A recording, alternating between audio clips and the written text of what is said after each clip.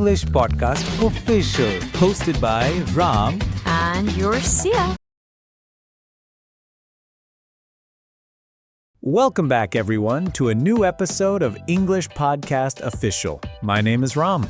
And I'm Sia. We are so happy you've chosen to spend some time with us today. Sia, I want to ask you about something that I think many of our listeners dream of. Oh, that sounds exciting. What is it? Do you remember when you stopped translating in your head and started actually thinking in English? Oh, I remember the time before that moment much more clearly. Me too. It felt like my brain was running on old, slow software. Exactly. Every single conversation was exhausting. Someone would ask me a question in English, and your brain would hear it, translate it to your native language, think of the answer, translate the answer back to English, and then finally, you would speak. Yes, and by that time, the conversation had already moved on. It felt like I was always a few seconds behind everyone else. I have such a clear memory of the before. I was trying to order a coffee, a complicated one, and I was mentally rehearsing the sentence in my native language first. Trying to get all the words lined up perfectly before you even opened your mouth. Lined up and translated. And it came out so unnatural, so robotic. Because it wasn't a real spontaneous thought. It was a construction. My big challenge was my own internal monologue, my own thoughts. I realized my entire inner world was happening in my native language. So how did you try to change that?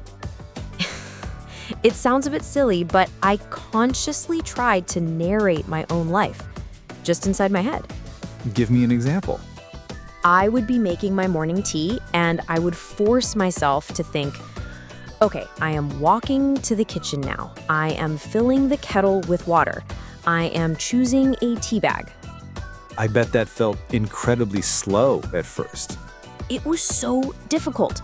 My brain wanted to immediately switch back to its default language. It took real conscious effort.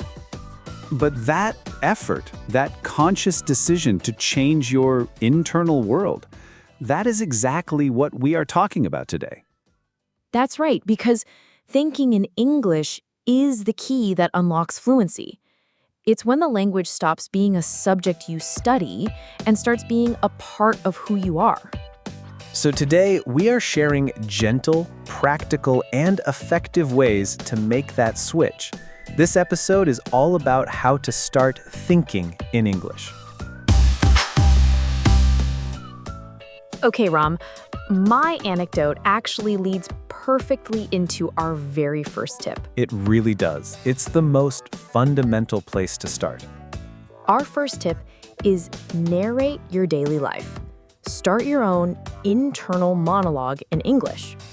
This is about turning your own thoughts into your personal English classroom, a classroom that is open 24/7. And you don't have to start with complex ideas or deep thoughts. The simpler, the better. Start with the 5 minutes you spend brushing your teeth. I am putting toothpaste on my brush. I am brushing my top teeth. Or when you're getting dressed, I will wear the blue shirt today. Where are my socks? The point isn't to be a great novelist. It's to get your brain used to forming simple English sentences automatically. What I love about this is that it's completely private. No one can hear you. There is no fear of making a mistake. Zero pressure. It's just you and your thoughts. You can make mistakes, correct yourself, and nobody will ever know. And it's an amazing way to discover your personal vocabulary gaps. Exactly. You'll be trying to narrate making breakfast, and you'll suddenly realize, I don't know the English word for this spatula. And then you can look it up. And because you needed that word for a real-life task, you are much more likely to remember it. So you're turning everyday moments into powerful learning opportunities. Start small. Try it for just 2 minutes today. Just narrate one simple action. That's such a powerful internal habit, and our second tip takes that idea from the inside of your head to the outside world. Tip 2 is wonderfully simple and physical. Label your environment. This means getting a pack of sticky notes and a pen and becoming a label-making machine in your own home. Walk around your room. On your desk, put a sticky note that says desk. On your lamp, one that says lamp. On your window, window. What you are doing here is creating a direct connection in your brain. You're breaking the habit of translation. When you look at your window, you don't see the object. Think of the word in your native language and then translate it to window. Instead, your brain starts to create a direct link between the physical object and the English word. You see the object and your brain just offers up window. You are creating a small, personal immersion environment. Encourage listeners to expand. Start with your desk or your bedroom, then move to the kitchen, refrigerator, microwave, kettle, fork. It might feel a little silly at first having your home covered in sticky notes. But it works. It's a constant, gentle visual reminder. It keeps English in front of your eyes all day long. And once you get comfortable, you can even move to short phrases. On your mirror, you could put a note that says, "You look great today." Or on your coffee machine, "Time to make coffee." It's a simple, effective way to build that direct association. So that idea of bypassing translation is so important. And our third tip is probably the most powerful tool for doing that. Tip 3 is switch to an English-to-English dictionary. This can feel like a big, scary step for a lot of learners. It feels scary because a bilingual dictionary gives you a quick, easy answer. You look up a word, you get the direct translation. It feels safe. But that safety keeps you trapped in the translation cycle.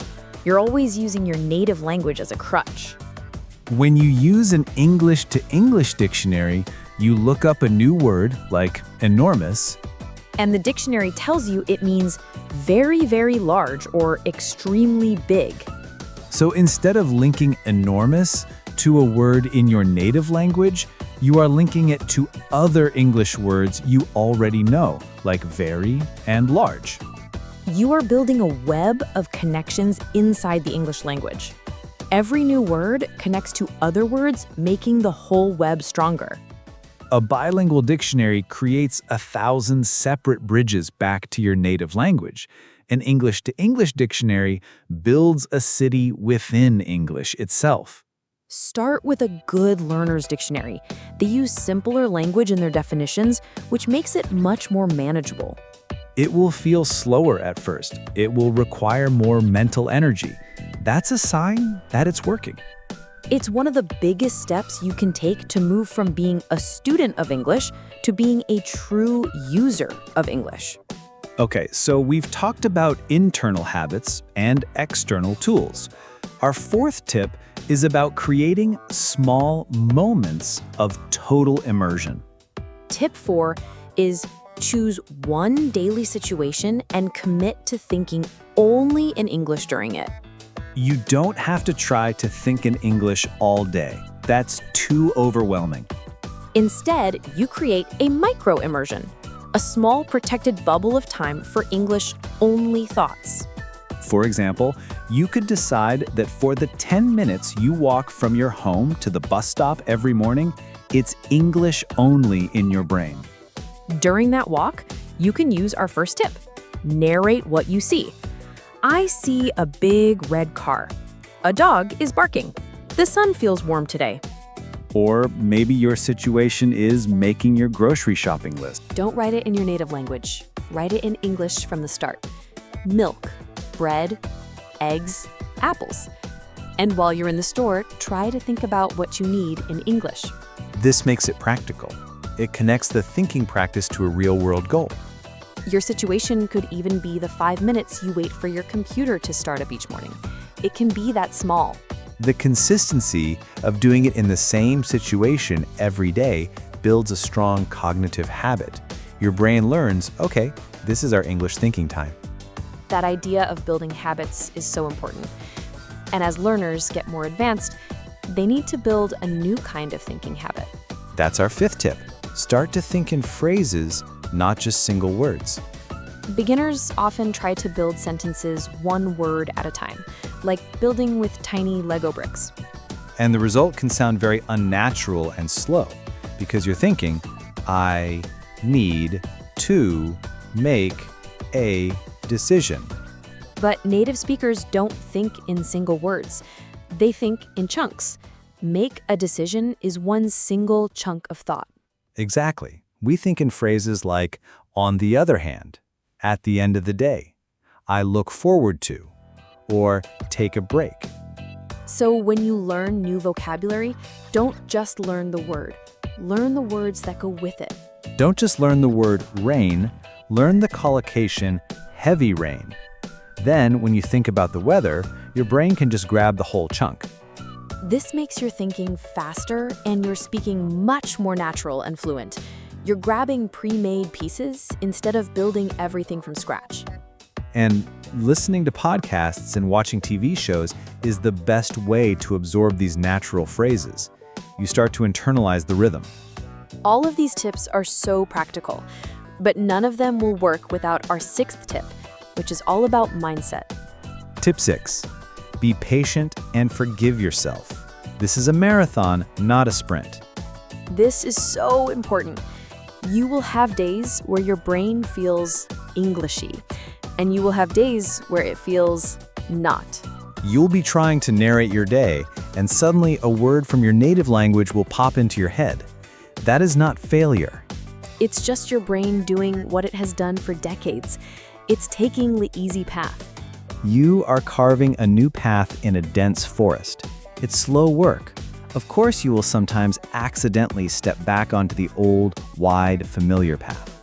When that happens, don't get angry at yourself.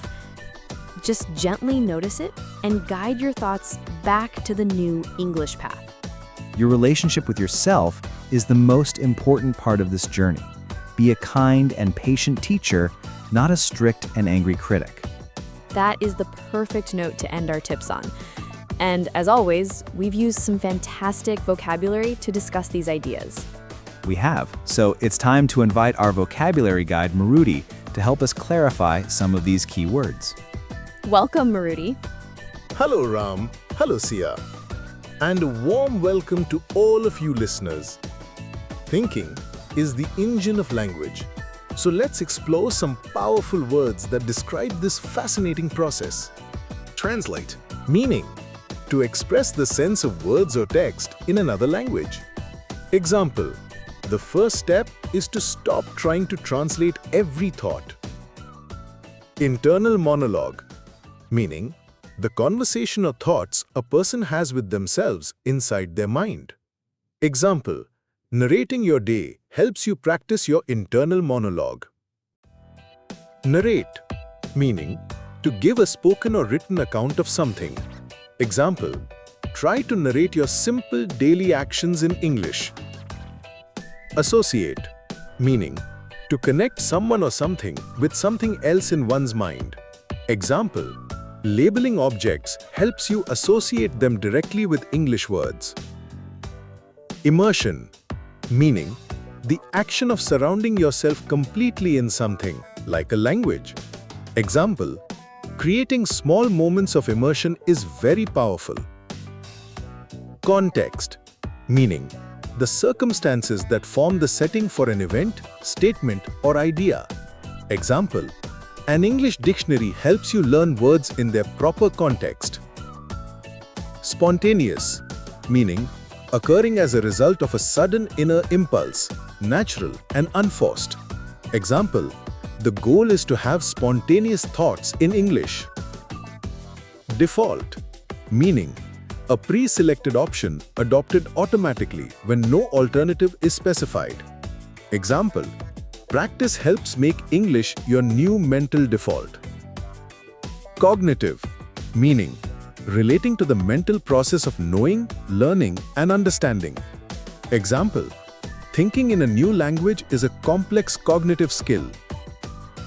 Internalize, meaning to make a belief or attitude part of your own thinking and character. Example: through listening, you start to internalize the rhythm of English. That's all for today's vocabulary. Remember, understanding these words helps you understand your own learning journey. Back to you, Ram and Sia. Thank you so much, Maruti. That was wonderfully clear. Before we sign off, we want to leave you with one final thought to take with you into your week. It's an emotional reflection prompt. The purpose is to give you a concrete, gentle first step you can take tomorrow without any pressure. So please ask yourself this simple question. What is one small part of my day, just 5 minutes, where I can try to think only in English tomorrow? It could be your morning coffee, your walk, or the time you spend washing dishes. Choose one small, manageable moment. That's a perfect start. So, as we finish, remember that learning to think in English is a gradual process. It's not like flipping a switch. It happens slowly, thought by thought, sentence by sentence. Be patient, be consistent, and most importantly, be kind to your hardworking brain. I like to think of your mind as a forest. For years, you have walked a very wide, clear path, your native language. The English path is new, narrow, and maybe a little overgrown. And every time you choose to think a thought in English, you walk that new path. You clear away a small branch, you tamp down some leaves. The more you walk it, the clearer and wider it becomes. And eventually, without even realizing it, it becomes your new default path. A beautiful, clear walkway for your thoughts. Thank you for joining us and walking this path with us on the English Podcast Official. Until next time, keep learning and keep being kind to yourself.